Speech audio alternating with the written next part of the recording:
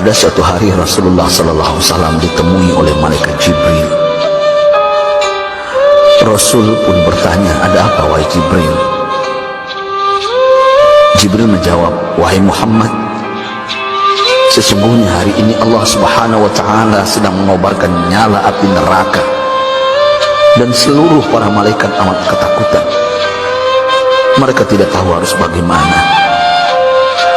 Untung aku ingat," kata Jibril, "bahwa engkau Muhammad adalah sumber cinta dan sayang Allah Subhanahu wa Ta'ala kepada alam semesta.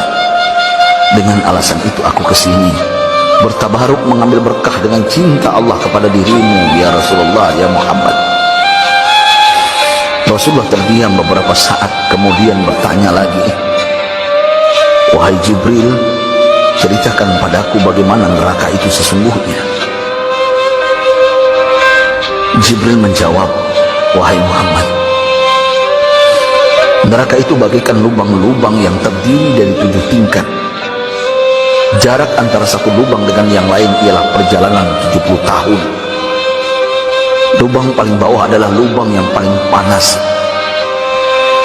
Nabi SAW meneruskan pertanyaannya, "Lalu siapakah penghuni lubang-lubang neraka itu, wahai Jibril? Sampaikan kepadaku, Jibril." Jibril menjawab, "Lubang yang paling bawah diciptakan untuk orang-orang munafik. Lubang yang berikutnya untuk penyembah berhala, lalu untuk penyembah bintang dan matahari." Jibril terus menerangkan penghuni tingkatan neraka hingga lubang yang kelima, tempat umat Yahudi, dan yang keenam dihuni oleh umat Nasrani.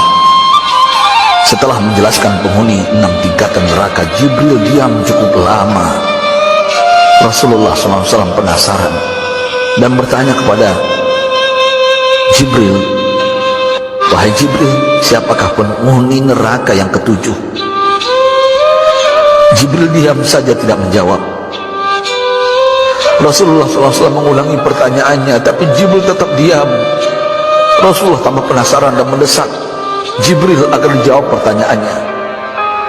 Akhirnya Jibril pun berkata, "Umatmu, wahai Muhammad, mereka itu para pelaku dosa besar di kalangan umatmu, yang dimana sampai mereka mati belum sempat bertaubat." Mendengar jawaban Jibril, Rasulullah langsung jatuh pingsan. Jibril merangkulnya dan meletakkan tubuh baginda di atas pangkuannya. Tak berapa lama Rasulullah SAW sadar dan langsung menangis bersimbah air mata dengan terisak-isak. Rasulullah mempertegas pertanyaannya, "Wahai Jibril, apakah benar ada di antara umatku yang masuk neraka?" Jibril menjawab, "Benar, wahai Muhammad, pelaku dosa besar di antara umatmu yang belum bertaubat." Setelah itu Rasulullah menghadap kiblat dan sujud kepada Allah dalam isak tangisnya. Sesekali dengan suara pelan beliau membisikkan kata-kata, "Ummati ya Rabb, ummati, ummati, ummati." Beliau SAW tidak mengangkat kepalanya dalam keadaan seperti itu selama 3 hari 3 malam, kecuali setiap Bilal bin Rabah mengumandangkan azan, barulah beliau bangkit untuk menjadi imam, dan setelah itu kembali sujud lagi.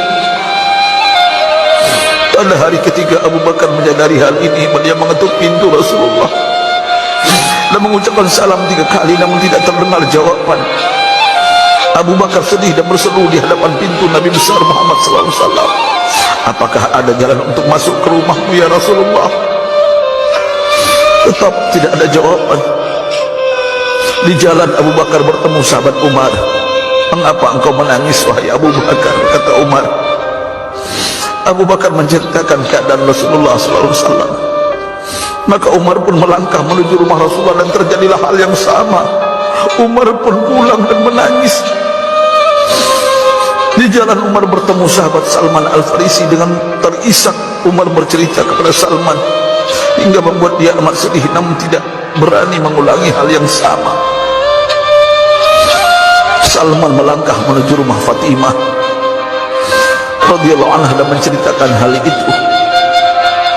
Setengah berlari Fatimah menuju rumah ayah tercinta dan mengetuk pintu sambil mengucapkan salam. Mendengar suara lembut putri tercinta, sejuklah dada Rasulullah. Beliau bangkit dari sujud dan membuka pintu. Alangkah terkejutnya Fatimah melihat Rasulullah, ayah tercinta, amat kurus dan pucat. Fatimah memeluknya lalu menangis. Wahai ayah, apa yang terjadi? Mengapa engkau amat sedih seperti ini? Rasulullah kembali menangis dan berkata dengan suara lirih, wahai Fatimah, belahan jiwaku, bagaimana mungkin aku tidak sedih sedangkan Jibril mengatakan akan ada kelak umatku yang akan masuk neraka. Subhanallah, betapa besar cinta Rasulullah kepada kita umatnya. Sahabatku,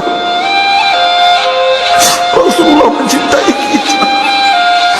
Antaman ma'aman ahbabta, engkau akan berkumpul dengan orang yang kau cintai. Mari kita mencintai baginda Nabi besar Muhammad SAW yang mencintai kita, umat yang tidak rela kita masuk neraka.